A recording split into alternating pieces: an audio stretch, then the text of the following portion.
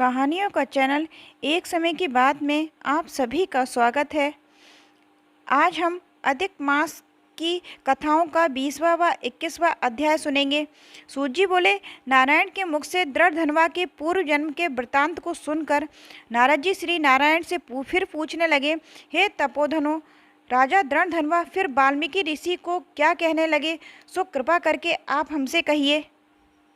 नारायण बोले, हे नारद, राजा दृढ़ धनवा वाल्मीकि ऋषि से बोले, हे मुनि, यह मोक्ष देने वाला पुरुषोत्तम मास व्रत कैसे करना चाहिए और कैसी तथा किस तरह की पूजा करनी चाहिए और इसकी विधि क्या है, सो आप कृपा करके सब लोगों के हित के लिए हमसे कहिए।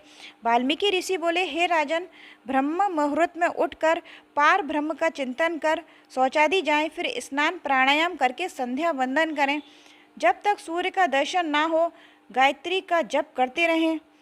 फिर सूर्य के मंत्रों से सूर्य को अर्घ्य देवें और सायकाल अपनी भूमि को प्रणाम करें। फिर यश स्मृत्य इस मंत्र का प्रार्थना करें। जो ब्राह्मण श्रद्धा से विधि पूर्वक संध्या वंदन करता है उसे 3 लोक में कुछ भी कठिन नहीं है। यह सब कृत्य दिन में पूर्व भाग का है।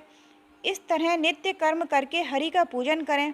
फिर व्रती पुरुष शुद्ध गोल व चौकोर गोबर से लीपी हुई भूमि पर व्रत की सिद्धि के लिए चावलों से 8 दल वाला कमल बनाएं। फिर स्वर्ण, चांदी, तांबे या मिट्टी का नवीन छिद्र रहित शुद्ध कलश उस मंडल के ऊपर स्थापित करें। फिर उस कलश में तीर्थ का जल भर दें।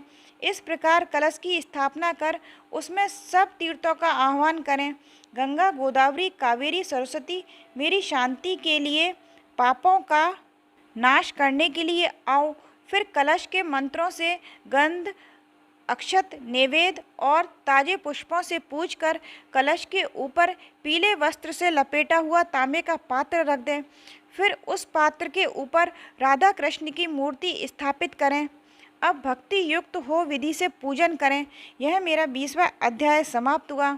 21वें अध्याय की कथा इस प्रकार है।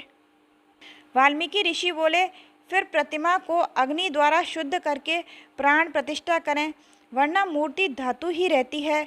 तदिष्णु ऐसे पुरुषोत्तम के बीज से जैसे ही वेदों का मंत्र को जानने वाला ब्राह्मण निरंतर हृदय में प्राण प्रतिष्ठा करें। इस मूर्ति के लिए प्राण रहे या इस मूर्ति के लिए प्राण जाए, इस तरह प्रतिमा में देवत्व आने के लिए स्वाहा, इस तरह यजुर्वेद के मंत्र को पढ़ें।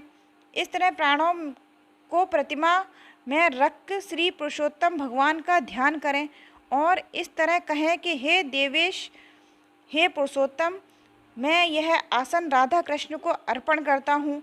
गंगादिक सब तीर्थों से प्रार्थना कर मेरे द्वारा लाया हुआ यह जल सुख से स्पर्श करने योग्य है। भगवान, इसको ग्रहण करो। ऐसा कहकर जल देवें। गंगा जी से जल लाकर सुंदर कलश में रखे हुए गंगा जल का आचमन करिए। ऐसा कहकर आचमन अर्पण करें। फिर पंचामृत से स्नान कराएं। फिर आचमन दें। सब कामनाओं की सिद्धि के लिए मैं यह 2 पीताम्बर भेंट कर रहा हूँ। इस तरह वस्त्र दें, आचमन कराएं। हे पुरुषोत्तम, इस संसार सागर से आप मेरी रक्षा करें। अंगोचे सहित यह यज्ञोपवीत ग्रहण करें। यह कहकर यज्ञोपवीत अर्पण करें। हे श्रेष्ठ, सुगंधि युक्त मनोहर दिव्य श्री खंड चंदन के विलेपन को प्रीति के लिए ग्रहण करें। ऐसा कहकर भगवान को चंदन लगाएं। हे पुरुषोत्तम, शोभायमान अक्षतों को ग्रहण करिए। ऐसा कहकर अक्षत चढ़ाएं।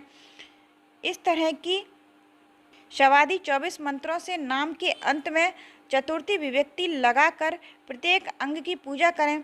फिर पुष्पादि ले एक एक वस्तु से पुरुषोत्तम का पूजन करें। यह मेरा 21वां अध्याय समाप्त हुआ। आगे के अध्याय मेरी अन्य वीडियो में हैं। जय श्री राम।